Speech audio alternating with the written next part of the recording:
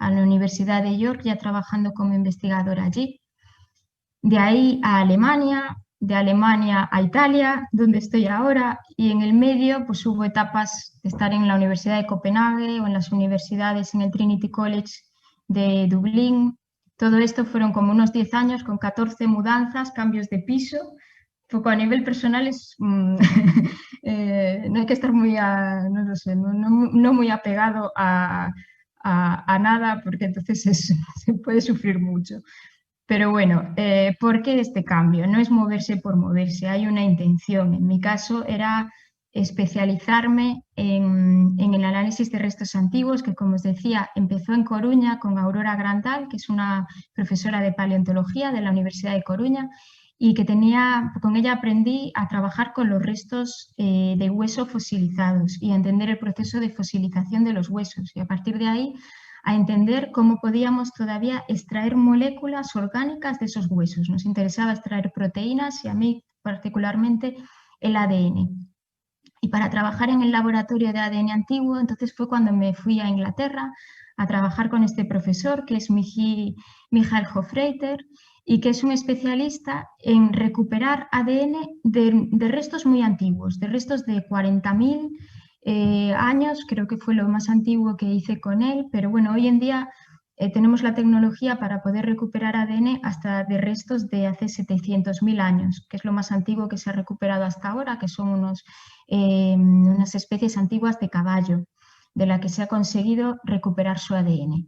Entonces, yo en esas etapas trabajé mucho en laboratorio, quería además especializarme en el caso de ADN humano, y cómo evitar la contaminación con nuestro propio ADN, que cuando yo esté manipulando esos restos antiguos que van a tener mucho ADN, que no vaya yo a contaminarlos con mi propio ADN, y cómo poder distinguir las moléculas antiguas de las modernas. Y ahí fue cuando me fui a Copenhague con Tom Gilbert, y ahí apliqué, bueno, pues lo que ya sabía a restos antiguos. Fue una etapa, como os decía, de trabajar mucho en el laboratorio. Y lo que me faltaba quizá un poco era aprender después cómo a nivel estadístico y a nivel computacional analizar los datos. Y ahí fue cuando llegué a Italia y empecé a trabajar con el equipo de Guido Barbugliani de la Universidad de Ferrara, que se encargan de lo que nos encargamos aquí, sobre todo, es de comparar genomas, ir analizando su diversidad, las similitudes entre los genomas de poblaciones distintas, geográficamente separadas y también temporalmente separadas, porque estamos hablando de comparar ya poblaciones de la prehistoria con poblaciones actuales, y a partir de ese análisis genético ir investigando cómo nos hemos movido en la historia de la humanidad, cómo fueron las migraciones, las rutas de migración del pasado.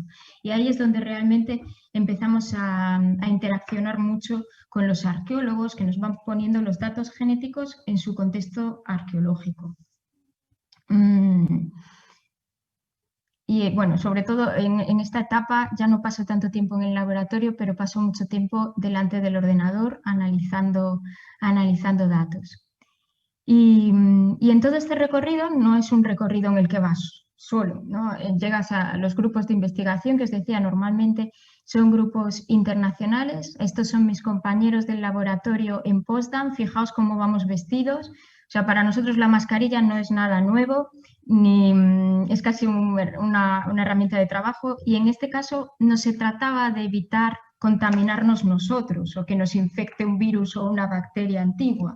De lo que se trataba es de que nuestro propio ADN no pase a contaminar los restos arqueológicos con los que estamos trabajando. Y así vamos todos, enfundados en estos trajes, con la mascarilla, con doble guante, con una redecilla para el pelo y también para los zapatos, y son laboratorios completamente esterilizados. Entonces decía, nos juntamos un grupo de gente de nacionalidades pues, de todas partes. Estaba Alex de Alemania, holandeses, Axel de Inglaterra, Javier de Chile o Mick de Nueva Zelanda. Entonces, ¿qué nos mueve a todos? Pues desde luego buscar la curiosidad. Si no tienes curiosidad y no te motiva esa curiosidad, no haces todo este recorrido, ¿no? Y otra cuestión es la calidad. Se habla mucho de la fuga de cerebros. Y yo os diría, no es solo una fuga de cerebros, es que si tú estás jugando al fútbol y quieres ser el mejor futbolista, y yo creo que hay que partir con eso, llegar a ser, las aspiraciones ya nos las recortará a lo mejor la vida, pero hay que partir con empuje y con aspiraciones altas. Entonces, lo que nos mueve es la calidad. Y si quieres hacer ciencia de calidad, pues el mejor laboratorio seguramente no va a estar al lado de casa y te vas a tener que mover. Y así nos hemos ido moviendo todos. Ahora, lo importante también es que una vez que tienes esa experiencia es poder regresar y poder aplicarla en casa.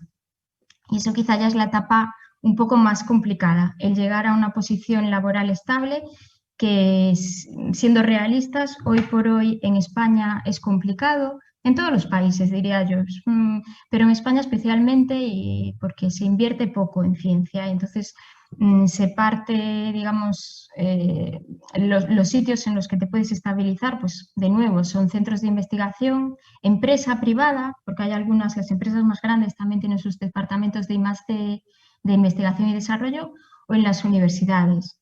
Pero como os decía, es una carrera larga en la que al principio parte mucha gente, llegamos a los estudios como íbamos viendo, ¿no? Los estudios de doctorado, el trabajo de postdoc, en el que si estás en la universidad empiezas también a dar clase, y hasta llegar a una posición estable de profesor, pues tienes una media de 10 años o así de preparación y de actividad laboral hasta llegar a un puesto en el que tú ya tienes una posición permanente que te va a permitir desarrollar una línea de investigación y vas a tener a tus propios estudiantes y a tus propios doctorandos trabajando en sus tesis contigo. Es una carrera piramidal, pero que pasa un poco en todo, ¿no? Los puestos estables no son tantos. Y por eso os decía que hay que partir con ganas y sobre todo disfrutar el recorrido. Que la meta no es una sola, es importante visualizar a dónde quiero llegar, pero también toda la experiencia que vais a ganar durante ese recorrido os va a dar unas competencias profesionales muy importantes y además el enriquecimiento personal es grande por la cantidad de gente distinta con la que vais a interaccionar, las experiencias a las que os va a llevar. Y bueno, ya veo, me estoy liando bastante y no sé, Cris, yo ahora os quería presentar un poco cómo trabajamos en mi área, en lo que es el trabajo científico, en paleogenética, y para eso al final volvemos al método científico, ¿no? Una vez que en cualquier etapa, desde el estudiante de doctorado al investigador postdoctoral o ahora yo ya trabajo como profesora en la Universidad de Ferrara, en un puesto más estable, pero el método de investigación es siempre el mismo. La investigación científica se basa en observar, en hacerse preguntas, elaborar hipótesis. Vamos a diseñar un experimento que me permita contrastar esas hipótesis para llegar a una conclusión. En el caso de mi investigación, pues la observación de la que partimos muchas veces viene de los estudios arqueológicos. En concreto, pues cambios culturales que hemos observado en la prehistoria, en la que se pasa de sociedades de cazadores-recolectores a sociedades que ya son capaces de domesticar animales y de aplicar la tecnología de la agricultura. Y esto ocurre en Europa hace unos 8.000 años. Entonces, la pregunta a la que llegan, o lo que se cuestionan los arqueólogos cuando encuentran los restos y comparan los restos de las sociedades de cazadores-recolectores con las de los agricultores es: ¿se trató de un cambio cultural? ¿La gente aprendió a cultivar y se fueron moviendo las ideas? ¿O fue un cambio demográfico? Hubo gente que se movió y que trajo la agricultura y nos enseñó a cultivar aquí. Entonces, a esa pregunta le podemos dar respuesta con las herramientas genéticas, porque si el cambio fue cultural y nosotros vamos a analizar esos restos a nivel genético, si el cambio fue solo cultural, yo no me espero que esas poblaciones cambien a nivel genético, porque serán hijos, nietos, bisnietos, pero genéticamente se seguirán pareciendo. Si ese cambio implicó movimiento de personas, implicó la llegada de inmigrantes con nuevas tecnologías, con nuevas ideas, entonces yo me espero que esos inmigrantes dejen no solo sus ideas, también sus genes. Entonces espero ver un cambio genético. Y ahí es donde planteamos el experimento, en el que va a haber un muestreo, vamos a necesitar que con la ayuda de los arqueólogos nos identifiquen cuáles son las muestras de cazadores-recolectores, qué edad tienen, cuáles son sus características, para poder compararlas con las muestras del Neolítico, de los agricultores. Vamos a necesitar analizar esas muestras en el laboratorio. Esta soy yo, aunque no se me ve la cara, trabajando con estos restos de hueso humanos prehistóricos. Y vamos a tener que analizar los datos, vamos a tener que comparar sus genomas. Y una vez que tenemos esos resultados, nos vamos a reunir todos y los vamos a contrastar para ver qué nos están contando estos resultados.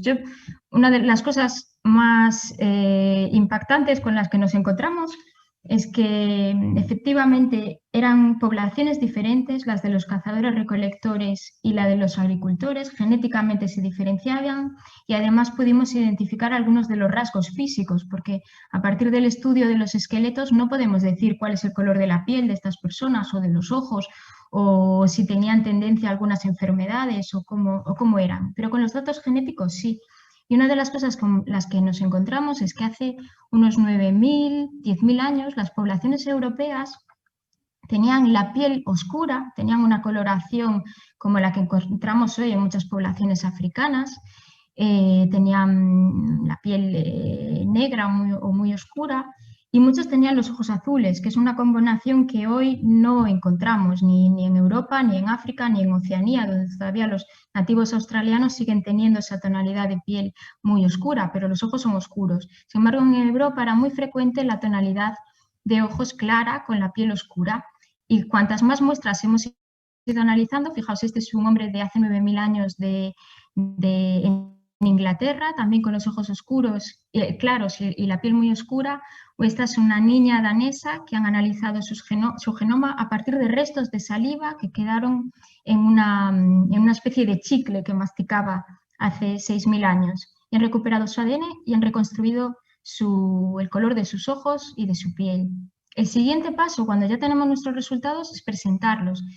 La divulgación, en el caso de divulgación de resultados, que puede ser dentro de la comunidad científica, y entonces vamos a ir a los congresos y lo vamos a presentar, o vamos a utilizar publicaciones científicas por las revistas que circulan en las comunidades de científicos, y ahí nos enteramos de qué es lo que está haciendo el colega de al lado y leemos su trabajo, y también a nivel de divulgación pues, más social, ¿no?